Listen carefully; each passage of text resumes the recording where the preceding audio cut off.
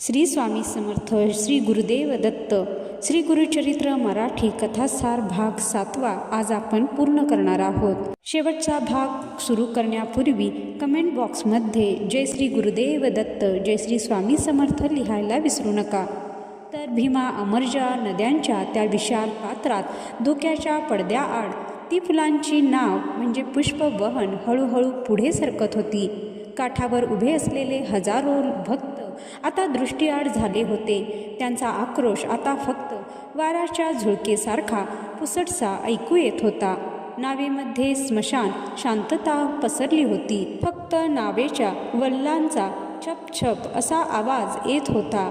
नावेत बसलेले ते 4 प्रमुख शिष्य सायनदेव, नंदीनामा, कृष्ण सरस्वती आणि सिद्ध योगी एकटक स्वामींच्या चेहऱ्याकडे बघत होते. त्यांना माहीत होते की हा प्रवास परतीचा नाही. हे गुरुदेव आपल्याला सोडून एका अशा लोकात जाणार आहेत जिथून ते देहाने परत येणार नाहीत. हा विचार करूनच त्यांच्या काळजाचे पाणी होत होते. पण स्वामी नरसिंह सरस्वतींचा चेहरा पाहिल्यावर ना दुःखाची रेष होती ना विरहाची छाया. तेथे होती फक्त एक अथांग शांतता. जसा मावळणारा सूर्य जाताना जगाला वचन देऊन जातो की मी पुन्हा उगवेन, तशीच ती शांतता होती.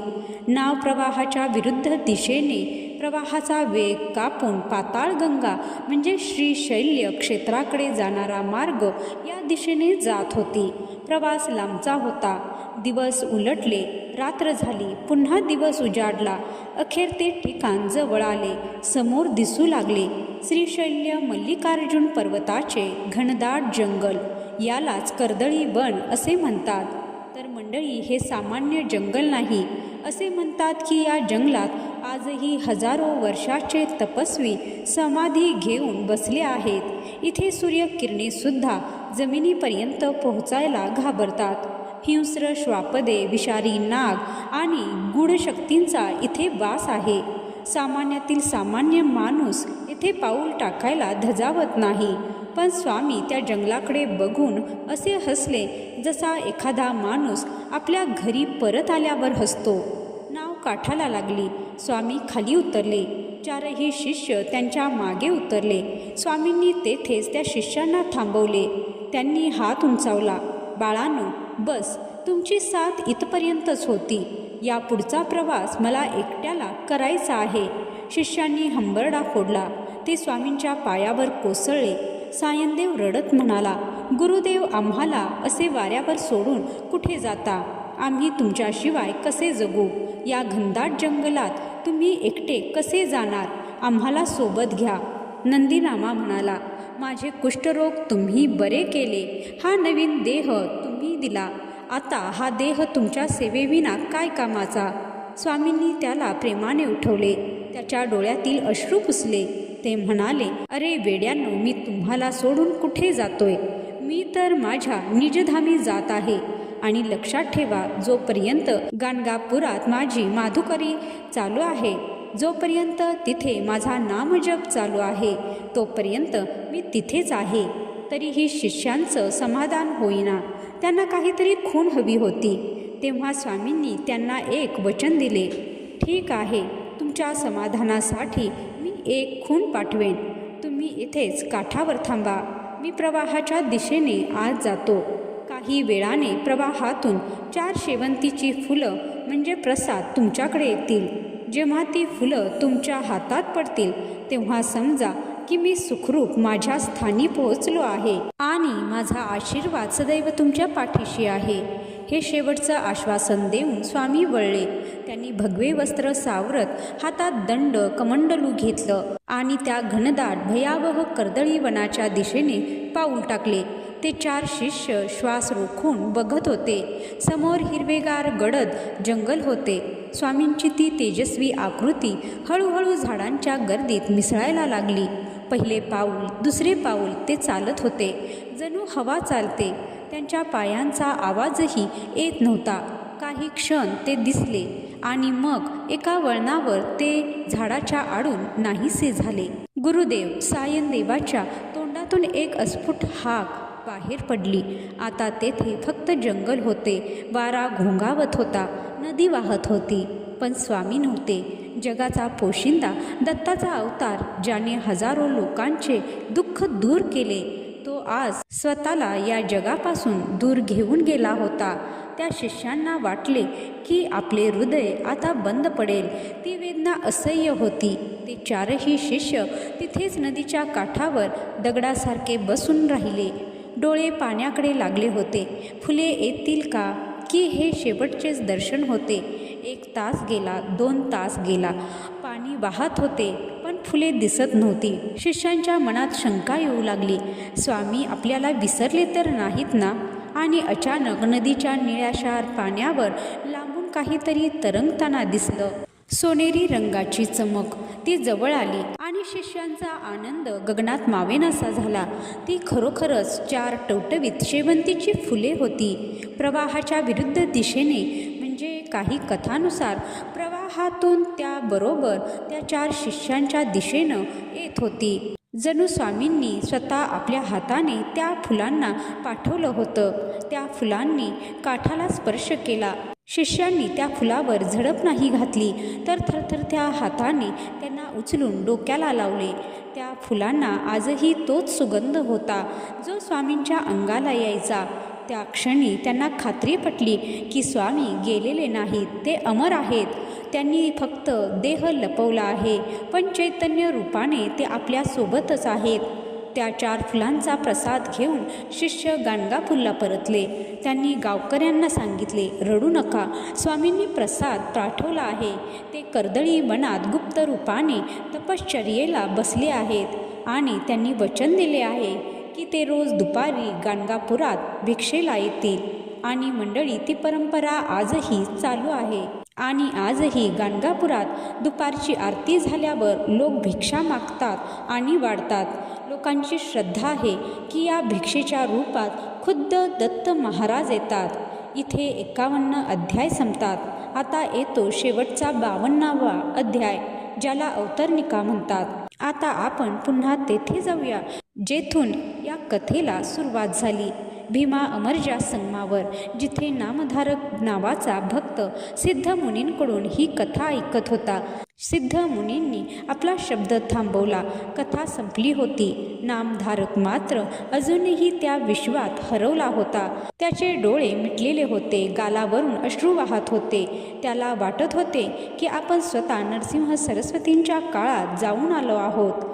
तो भानावर आला आणि त्याने सिद्धमुनींचे पाय घट्ट पकडले.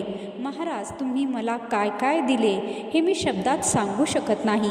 माझे दारिद्र्य, माझी चिंता, माझे दुःख, सगळे काही या कथेच्या प्रवाहात वाहून गेले. आता मला कशाचीही भीती वाटत नाही. मला साक्षात दत्त दर्शन घडले. सिद्धमुनी हसले. त्यांनी नामधारकाला उठवले. बाळा, ही फक्त एक कथा नाही, हा वेद आहे. याला श्री गुरुचरित्र म्हणतात. हे 52 अध्याय म्हणजे 52 आठवड्यांचा म्हणजेच वर्षाचा मार्ग आहे. जो कोणी या ग्रंथाचा आश्रय घेईल त्याला कलियुगातील कोणतेही संकट स्पर्श करू शकणार नाही. सिद्धमुनींनी या ग्रंथाचे महात्म्य म्हणजे फलश्रुती सांगितली, जे प्रत्येक भक्तासाठी अत्यंत महत्त्वाचे आहे. नीट ऐका. श्री गुरुचरित्र महात्म्याचे फायदे. एक पुत्र प्राप्ती. ज्यांना मूल बाळ होत नाही, ज्याचा वंश पुढे वाढत नाही, त्यांनी या ग्रंथाचे श्रद्धेने पारायण केल्यास त्यांचा मूल प्राप्तीचा मार्ग सुकर होतो. जसे त्या 60 वर्षाच्या आजीला मुलगा झाला, तसे संतती प्राप्त होते. नंबर 2, रोग निवारण. कितीही जुनाट आजार असो, कुष्ठरोग असो किंवा कॅन्सरसारखे असाध्य रोग, नंदीनामा आणि शबर भक्तासारखी श्रद्धा असेल तर या ग्रंथाच्या वाचनाने शरीर निरोगी होते. नंबर 3, अखंड लक्ष्मी. ज्या घरात हा ग्रंथ नियमित वाचला जातो तिथे कधीही अन्नाची कमतरता पडत नाही. गरिबी नष्ट होऊन लक्ष्मी पाणी भरते. नंबर 4, पिशाच मुक्ती. ज्यांना वाईट स्वप्न पडतात, ज्यांच्यावर बाहेरील बाधा आहे, ब्रह्मराक्षस किंवा भूताचा त्रास, त्यांच्यासाठी हा ग्रंथ अग्नीसारखा आहे. त्याच्या नुसत्या उपस्थितीने नकारात्मक शक्ती पळून जातात. नंबर 5 मनशांती. आणि सर्वात महत्त्वाचे म्हणजे या धावपळीच्या जगात ज्याला मनशांती हवी आहे त्यांनी गुरुचरित्राची काही पाने रोज वाचावीत. पारायणाचे नियम हे सिद्धमुनींनी सांगितलेले आहेत. हा ग्रंथ अतिशय पवित्र म्हणजे ज्वाज्वल्य आहे, त्यामुळे त्याचे वाचन करताना काही नियम पाळावे. शुचिर्भूत होऊन म्हणजे अंघोळ करून स्वच्छ वस्त्र परिधान करूनच या ग्रंथाला हात लावावा. शक्यतो 7 दिवसांचे म्हणजे सप्ताहाचे पारायण करावे. मनात वाचताना शंका ठेवू नये. खरे की खोटे असा प्रश्न आला तर फळ मिळत नाही. वाचन पूर्ण झाल्यानंतर यथाशक्ती अन्नदान करावे आणि दाम्पत्याला म्हणजे जोडप्याला भोजन द्यावे. नामधारकाने हे सर्व नियम डोक्यात साठवून घेतले. तो आता नामधारक राहिला नव्हता. तो सिद्धमुनींना वंदन करून आपल्या घरी परतला. पण जाताना तो एकटा नव्हता. त्याच्या हृदयात साक्षात श्री गुरुदेव दत्त विराजमान होते. तर मंडळी, श्री गुरुचरित्र ही कथा इथेच संपते, पण अनुभव इथे संपत नाही. तुम्ही म्हणाल स्वामी कर्दळी वनात गेले, मग पुढे काय झाले? तर विश्वास ठेवा, ते गेले नाहीत. कधी ते श्री अक्कलकोट स्वामी समर्थ म्हणून, तर कधी शिर्डीचे साईबाबा म्हणून तेच दत्त चैतन्य रूप बदलून भक्तांच्या कल्याणासाठी पुन्हा पुन्हा येत राहिले. गुरुचरित्र हे संपणारं पुस्तक नाही, तर ती एक निरंतर चालणारी गुरु परंपरा आहे. आज 52 अध्यायांच्या या प्रवासात आपण जे काही ऐकलं, श्रीपादांचा बालहट्ट असो, नरहरींचा मऊपणा असो किंवा वांज म्हशीचे दूध असो, यातील प्रत्येक चमत्कार आपल्याला हेच सांगतो की अशक्य ही शक्य करतील स्वामी. फक्त गरज आहे ती एका हाकेची. जसे त्या नामधारकाची हाक ऐकली तशीच तुमची ही हाक ते नक्की ऐकतील. जर तुमच्या जीवनात काही संकट असेल, काही मार्ग सापडत नसतील, तर एकदा शांतपणे डोळे मिटा, गाणगापूरचे स्मरण करा, गुरुदेव दत्तांचे स्मरण करा आणि मनामध्ये म्हणा, दिगंबरा दिगंबरा श्रीपाद वल्लभ दिगंबरा. आणि बघा, तुम्हाला उत्तराची वाट बघावी लागणार नाही. उत्तर तुमच्या समोर असेल. 52 अध्यायांचा हा महाप्रचंड प्रवास आज इथे पूर्ण होत आहे. दिव्य कथा तुम्हाला कशी वाटली? हा अनुभव तुम्हालाही कसा वाटला? हे कमेंट बॉक्समध्ये नक्की सांगा. तुमच्या मनातील भावना, तुमच्या अनुभव कमेंटमध्ये मांडा. हे मराठी गुरुचरित्र कथासार तुम्हाला आवडले असेल तर नक्की लाईक करा आणि चॅनलवर नवीन असाल तर चॅनलला सबस्क्राईब करा, ज्यामुळे तुम्हाला असेच नवनवीन अनुभव कथा ऐकायला मिळतील. तर आजचा व्हिडिओ येथेच समाप्त करत आहे. व्हिडिओ शेवटपर्यंत पाहिल्याबद्दल धन्यवाद. जय श्री स्वामी समर्थ. जय श्री गुरुदेव दत्त.